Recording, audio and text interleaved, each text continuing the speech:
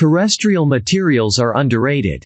Various libraries worldwide, such as the one built by Professor MarkMiodownik, record the presence of ancient and modern artifacts, both natural and manufactured, to preserve their existence. The man-made world, on the other hand, has a considerably greater library of resources, one that has millions of objects and is increasing at an exponential rate. Clothes, houses, communities, and things that we animate via conventions and language are in part what allow us to behave like humans. If you've ever visited a disaster area, you'll understand. The real world is a part of us, not merely a showcase of our culture and technology. We made it, and it has shaped who we are. The names we've given to the eras of civilization, Stone Age, Bronze Age, and Iron Age, indicate the significance of materials, with a new substance ushering in each new age of human life. For example, steel was the defining material of the Victorian era, allowing engineers to create suspension bridges, railways, steam engines, and passenger ships. The famed engineer, Assamberg Kingdom Brunel, used it to transform the environment and plant the seeds of modernity. The breakthroughs of materials science brought about the silicon chip and information revolution of the 20th century. This period was called the Silicon Age. This piece will help you interpret the material world we've built, including where some of these materials originate, how they work, and what they say about us. Although they are all around us, the materials are usually obscure. They seldom show their distinguishing characteristics at first look, and they typically fade into the background of our lives. For example, how many individuals can tell the difference between aluminum and steel, as they are both shiny, gray metals? You'll see that the answer to these queries isn't that far-fetched if you follow this tidbit to the end. The curious nature of metals and the dependability of various types of paper. The discovery of metals was a watershed point in prehistory, but it didn't alleviate the basic problem of a lack of them. Nevertheless, copper toolmaking ushered in a stunning rise in human technology, paving the way for the emergence of other technologies, cities, and the first great civilizations. However, unlike pure metals, alloys are generally stronger for one simple reason. The alloy atoms are larger and have a different chemistry than the constituent metals atoms. As a result, when they sit inside the host crystal, they generate a variety of mechanical and electrical disruptions, all of which add up to one thing: they make it harder for dislocations to migrate. And if dislocations find it difficult to shift, the metal is stronger because metal crystals have a tougher time changing form. As a result, alloy design is the art of avoiding dislocation movement, and metals for stronger and more trustworthy materials and constructions were created. Stainless steel, an alloy, is the pinnacle of our technological era. It's glossy and clean and seems practically indestructible, but it's ultimately democratic. In less than a century, it's become the metal we're most familiar with. After all, we put it in our mouths virtually every day. Another substance that has had an impact on human civilization is paper. Despite the advancement of digital technology, it isn't easy to assume that paper will be fully phased out as a form of postal communication. We trust handwritten notes over all other media for some messages. Nothing quite clutches your stomach and makes your heart jump like a letter from your loved one arriving in the mail. Due to the microscopical scale of atoms of metallic materials and their opacity, their crystalline nature is not apparent. We may forget that paper was once uncommon and expensive since it is an integral component of our daily lives. We wake up with papers on our walls, whether in the shape of posters and prints or as actual wallpaper.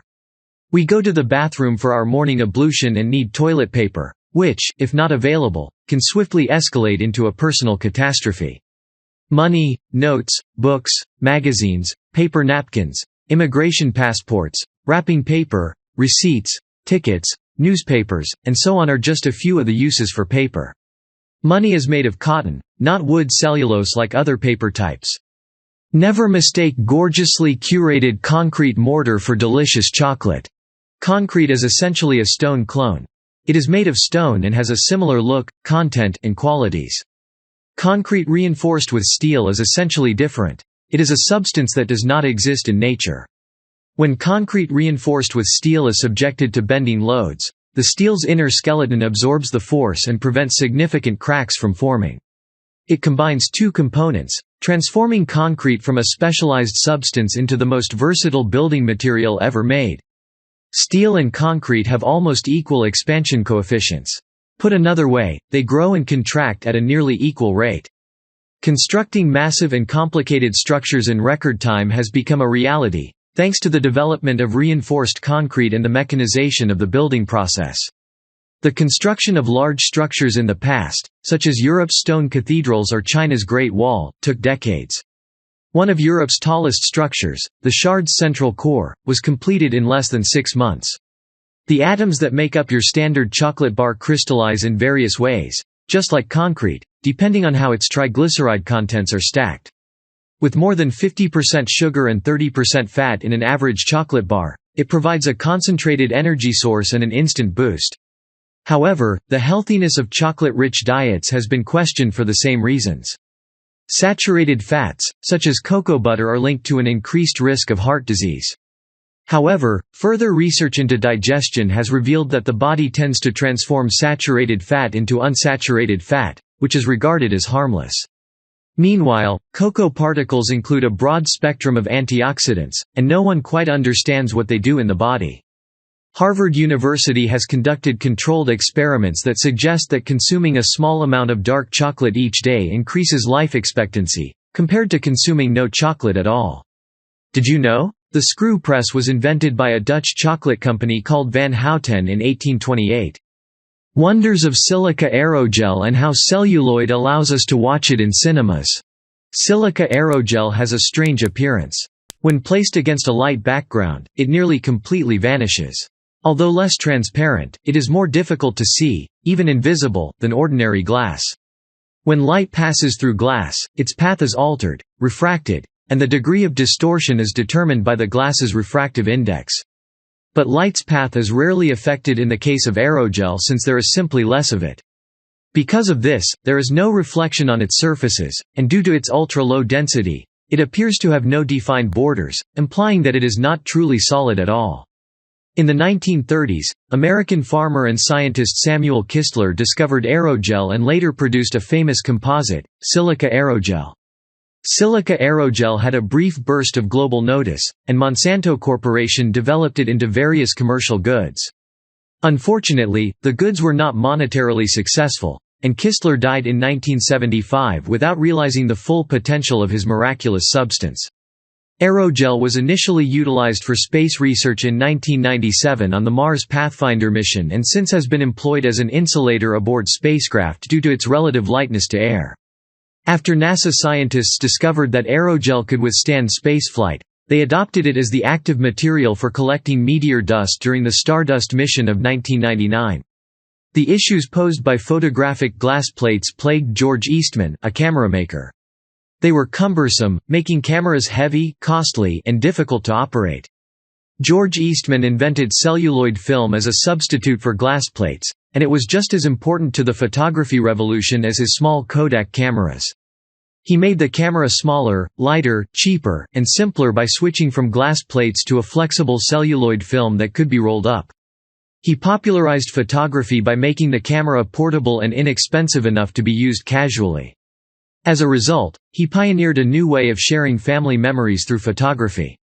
We currently live in a time where purchasing a roll of film is a rare occurrence for most of us, as digital technologies have essentially supplanted the technology.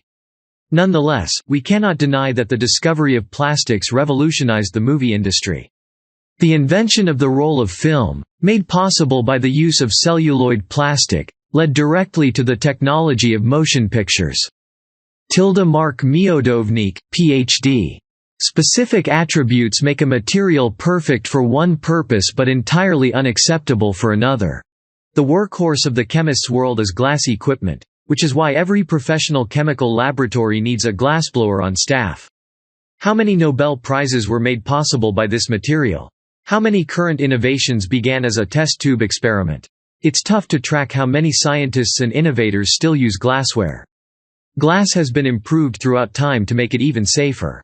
For example, automobile windscreens are currently composed of laminated glass, the most recent type of safety glass.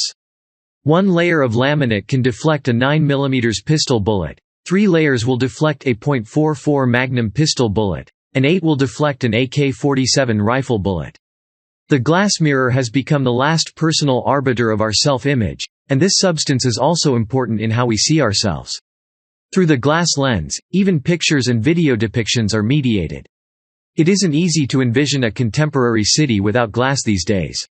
However, the very quality we admire has excluded it from our affections. It is inactive and invisible, both physically and culturally. That is not the case, however, with a carbon-based crystal. Diamonds look like glass, yet they are not the same. Chemistry was transformed by glass perhaps more than any other discipline. MarkMiodownik, Ph.D. Diamonds are practically faultless as jewels due to their great hardness and visual brilliance. Because of their toughness, almost nothing can damage them, and they retain their flawlessly faceted shape and spotless brightness not only for the wearer's lifetime but for the whole civilization's, rain or shine, whether worn in a sandstorm, hacking through a forest, or merely doing the dishes. Diamond was believed to be the hardest substance on the planet, even in antiquity. Each diamond is a single crystal, with its atoms precisely aligned and stacked into a pyramidal structure. Graphene, the world's thinnest, strongest, and stiffest substance, is another wonder material made of carbon. It conducts heat faster than any other substance known to science and can transfer more electricity faster and with less resistance than any other substance. For electronic innovation, graphene might be the material of the future. Did you know? The largest diamond ever discovered lies in the Milky Way's Serpens-Khata constellation. It's a 5 times the size of Earth-sized planet. Your bones are breakable, just like porcelain teacups. Ceramic plates and cups are resistant to UV deterioration and chemical assault, unlike wooden, plastic, paper, and metal plates and cups. They also have a superior scratch resistance to any other material. Oils, fats, and most stains just bounce off of them.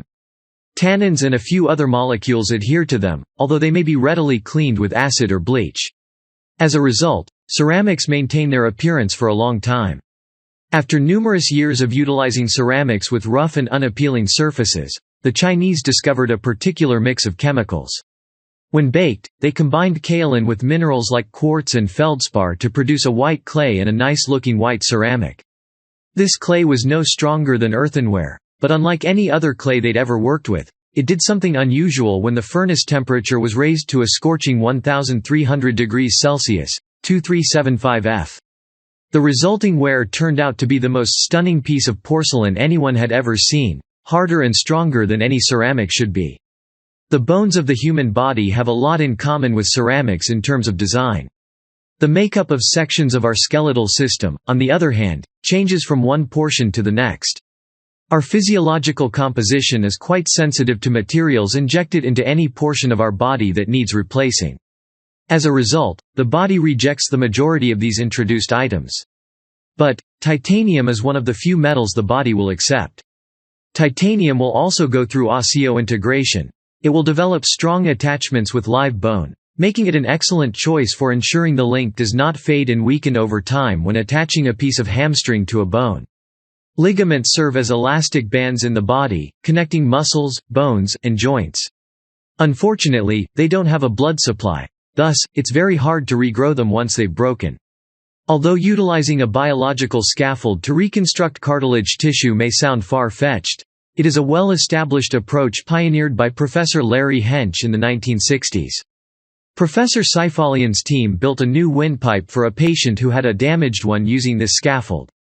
They could do this by implanting part of the patient's stem cells onto the scaffold and enabling it to develop in a controlled environment. Conclusion. In this summary, we've looked at our material world to help explain that, while the things around us may appear to be random blobs of color, they're far more complex expressions of human wants and desires. And to develop these materials, we had to grasp the intricacy of their inner structure. This understanding helps us suit our needs for things like shelter and clothing and our cravings for chocolate and going to the movies. This method of comprehending the world is known as material science and has been around for thousands of years. It is as significant as, if not more important than, music, art, film, literature, or other fields, yet it is less well known. Take a magnifying glass to any part of your house and you will find a whole new world to explore. Use a powerful microscope and you will find another, complete with a zoo of living organisms of the most fantastic nature. MarkMiodownik, Ph.D. The atom is one of the most fundamental of these material formations, but it is far from the only one. When viewed in isolation, these structures resemble characters in a novel, each contributing to the overall design. As a result, an in-depth assessment of all the structures that make up materials is necessary to understand why some materials behave the way they do. Try this. Are you currently in your workplace, at home on the patio, or traveling on the train? Take a look around and attempt to determine where some of the stuff you see came from. You may learn more about their discovery by going online. That knowledge might spark a new business idea or invention for you.